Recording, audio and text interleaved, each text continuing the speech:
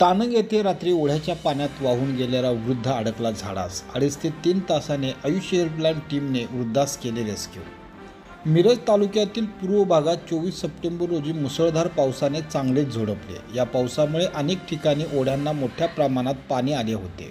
मिरज तालुक्यातील तानंग येथे देखील ओढ्यापात्रात मोठ्या प्रमाणात पाणी जमा होऊन पाणी पुलावरून वाहत होते। पूल ओलांडताना एक वृद्ध पाण्याच्या प्रवाहात ओढ्यात वाहून गेला। सुदैवाने पुढे जाऊन तो एका झाडाला अडकून बसला। तब्बल 2.5 ते 3 तास हा वृद्ध या झाडामध्ये अडकून बसला होता।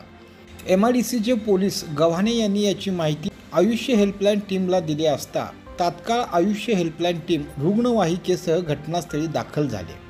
अथक प्रयत्नानंतर वाहून झाडामध्ये अडकून बसलेल्या वृद्धास सुखरूपपणे बाहेर काढण्यात यश आले आहे।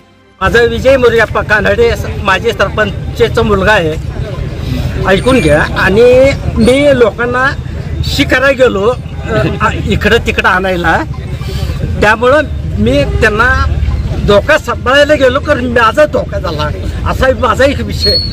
मी वाहून गेलो म्हणजे कशासाठी माझा पाय दिसला असं झाले, बाकीच काय। किती वेळ तुम्ही झाडावर अडकून बसलेला?